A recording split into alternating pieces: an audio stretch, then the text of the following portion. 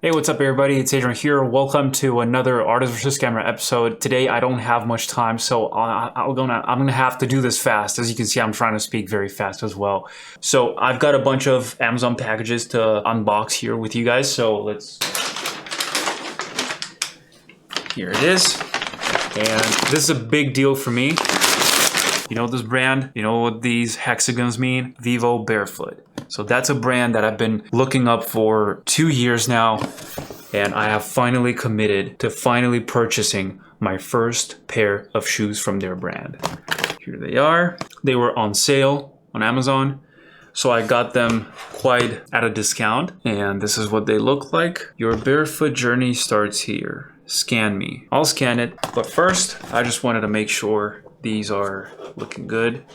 They're the right size. They don't feel, oh, sure. Calm down, everybody calm down. So anyway, this is what the shoe looks like. You can see the brand over there, Vivobarefoot. This is what the sole looks like. I like to think this is quite a lot of space for the toes and everything to spread correctly, but they have something inside that I have to remove. Now we're talking. Now I can actually see how flexible they are and all that stuff. And since they're meant for trail running, which means you're stepping on stones, rocks, you're running across the mountain and stuff, I can understand why their sole is a little thicker. And this inspires some confidence, actually, some trust, some level of safety with knowing that Michelin has been participating in this. But I don't know, I'm looking forward to testing them. I'm actually investigating every corner of it to make sure the quality is there. But I will eventually have to put them on, which I'll do a little later, because right now I'm not gonna go, or am I? Am I? But basically, this is it. These will be my running shoes from now on.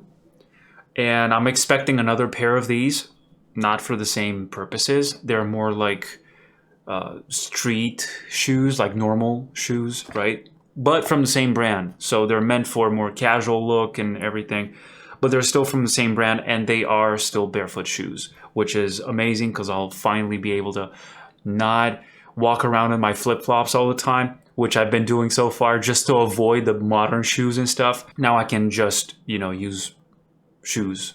But yeah, that's pretty much what we had for today. So thank you guys so much for joining. I'll keep you posted on, I'm on the hunt for a Garmin watch, which is something that I'm currently looking up right now. Let's say comparing different models and also different brands. You know, I didn't know there were so many sports watches brands out there. I knew there were like the classic, you know, Apple Watch, Samsung Watch, and all these things that are more like casual for like an everyday use.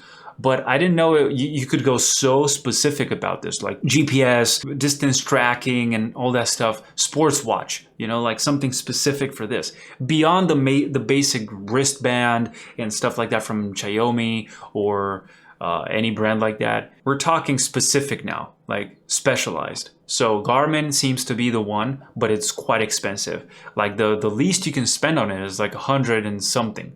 So we're talking over 300, 400, 500 bucks worth of a watch, right? And that's only mid-range. You can go even higher than that. It probably reaches the thousands, but for me, I think I'll stay in the middle. Something just to give me enough for what I'm gonna be using it for. I'm also considering buying a camera. Not that I don't have enough of them already, but I don't have an action camera. Like my GoPro, which you can see right here, this is the Hero 4, as you can see. I have 3 batteries for this guy, original from GoPro, but it no longer endures very much, you know, like they die pretty soon and you can't rely on this to record anything. That added to the fact that this is a very old model, Hero 4, like I said. Bro, it's been like, what, eight generations of cameras that they've been improving every time. So I definitely want to take a look at the newer versions, newer generations, newer models, but GoPro is not the only one. Nowadays, there's brands like DJI and so many others like Insta360 that are very worth taking a look at. So I'm drawing my own conclusions, you know, based on the videos and reviews and everything you find online.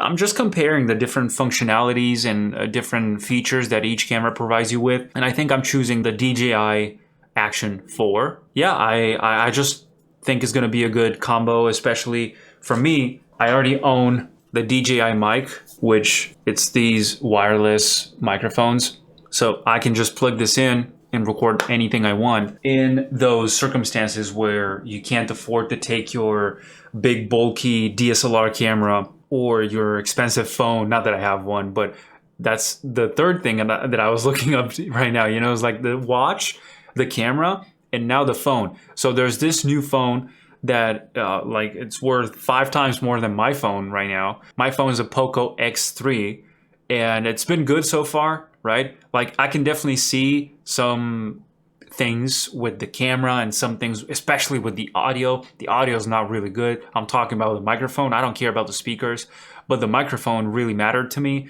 and it's really playing it very low. So not the volume, but like the quality, you know, it's not quite there. Front-facing camera, and I'm not using the lavalier microphone. If you can notice any sound differences. So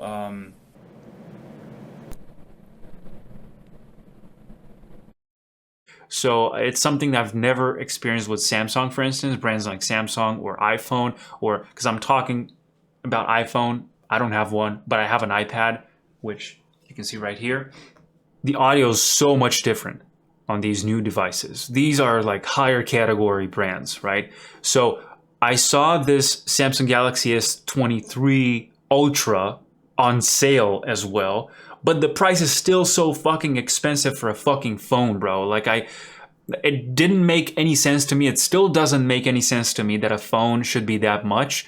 But if you take a look at the features that they provide you with, that they bring to you, maybe you can decide if it's worth it or not. You know, and for me right now, if it was only that phone that I wanted, yeah, I could go for it. But then I also want the watch and I want the camera, the specific action camera.